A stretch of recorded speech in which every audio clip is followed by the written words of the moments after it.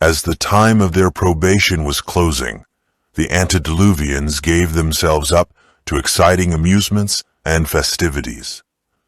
Those who possessed influence and power were bent on keeping the minds of the people engrossed with mirth and pleasure, lest any should be impressed by the last solemn warning. Do we not see the same repeated in our day? While God's servants are giving the message that the end of all things is at hand, the world is absorbed in amusements and pleasure-seeking.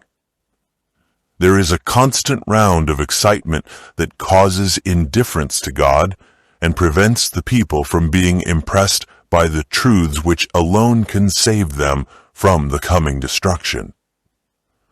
In Noah's day, philosophers declared that it was impossible for the world to be destroyed by water.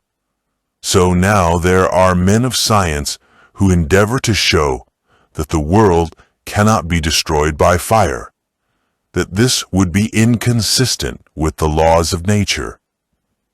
But the God of nature, the maker and controller of her laws, can use the works of his hands to serve his own purpose.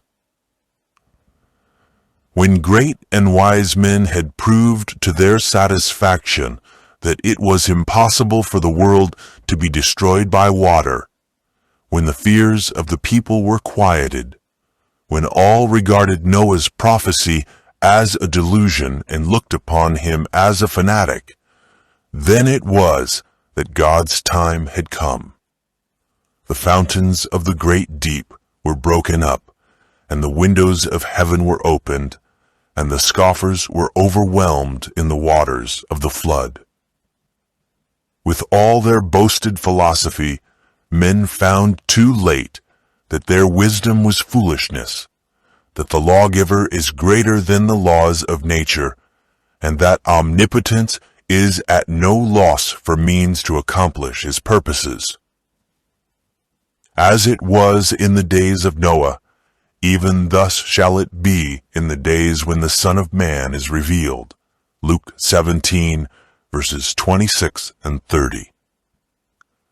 The day of the Lord will come as a thief in the night, in the which the heavens shall pass away with a great noise, and the elements shall melt with fervent heat.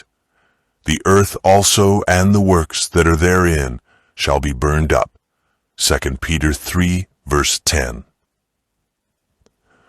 When the reasoning of philosophy has banished the fear of God's judgments, when religious teachers are pointing forward to long ages of peace and prosperity, and the world are absorbed in their rounds of business and pleasure, planting and building, feasting and merrymaking, rejecting God's warnings and mocking his messengers, then it is that sudden destruction cometh upon them, and they shall not escape.